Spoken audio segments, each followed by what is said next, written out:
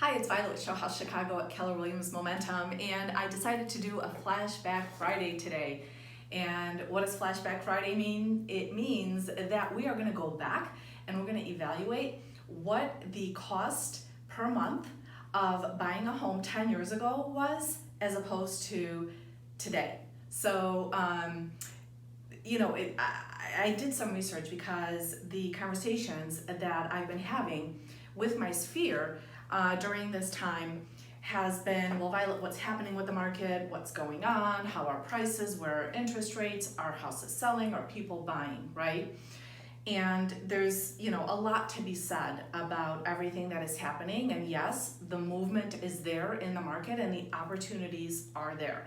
And so I thought it would be a good idea to show you guys, a little bit of an analysis and where we were in April of 2010 and where we are today in April of 2020 as it pertains to interest rates and what the cost would be on a monthly basis for you to own a home. So if you are thinking that it would benefit you financially or it would benefit your family, your lifestyle, maybe this shelter in place maybe got you thinking like, I'm kind of not happy with this in my home and I wish we had this in our home, right?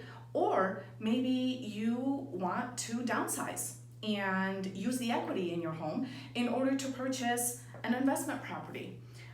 So hopefully this will kind of bring everything into a nice clear picture for you and give you clarity about where we were and why today is a good time to be active in the real estate market, knowing full well that you can do so safely. So what I decided to do was take an example, and let's just say that the example is a single family, a 3-bedroom single family home in the northwest suburbs of Chicago. And let's say the average price of that home was $300,000. We're gonna go old school. We've got the whiteboard and we're gonna do a lot of writing, okay? So let's say that our example includes a home purchase of $300,000.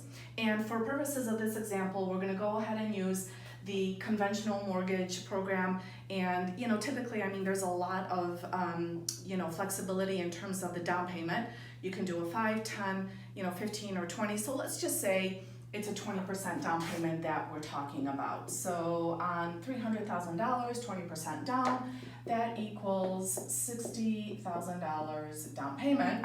And the financing amount is $240,000. Okay? So let's go back to April of 2010 and compare that to April of 2020. In April 2010, the interest rate was 5.1%. And the average interest rate in April of this year was 3.3%. And just as a side note, in May, it hasn't really changed. We're hovering somewhere around a 3.3, 3.25 interest rate. So, it's a realistic number.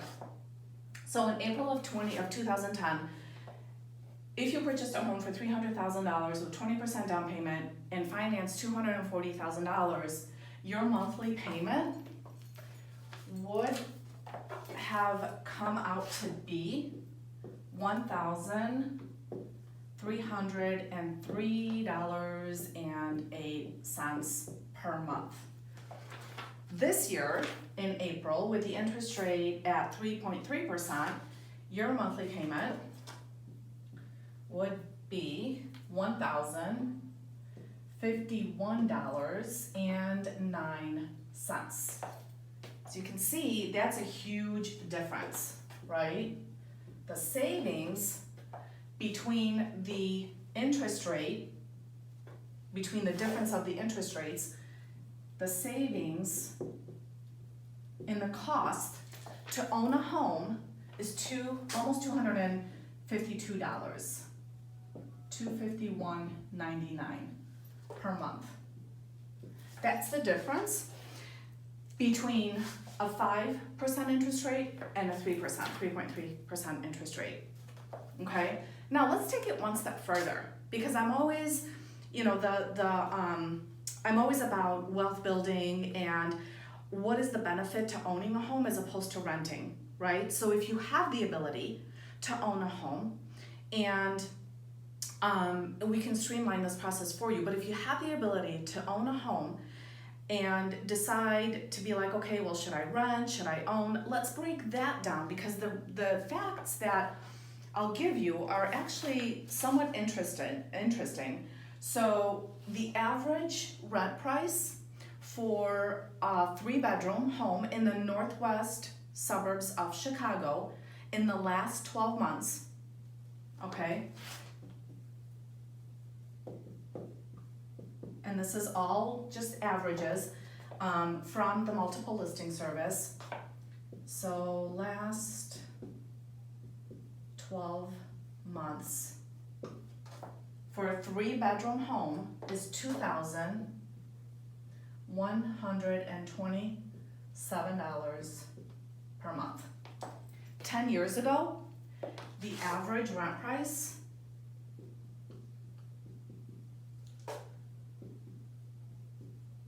2010 was $1,613 per month.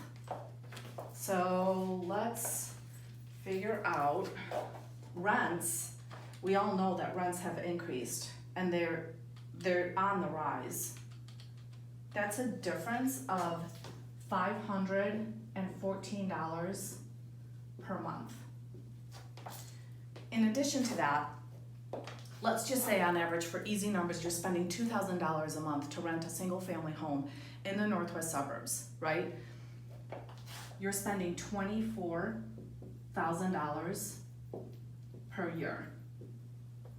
You have, you're not able to deduct anything for income taxes, such as taxes or mortgage interest, right? So all you're doing is spending $24,000 year over year, year over year, year over year.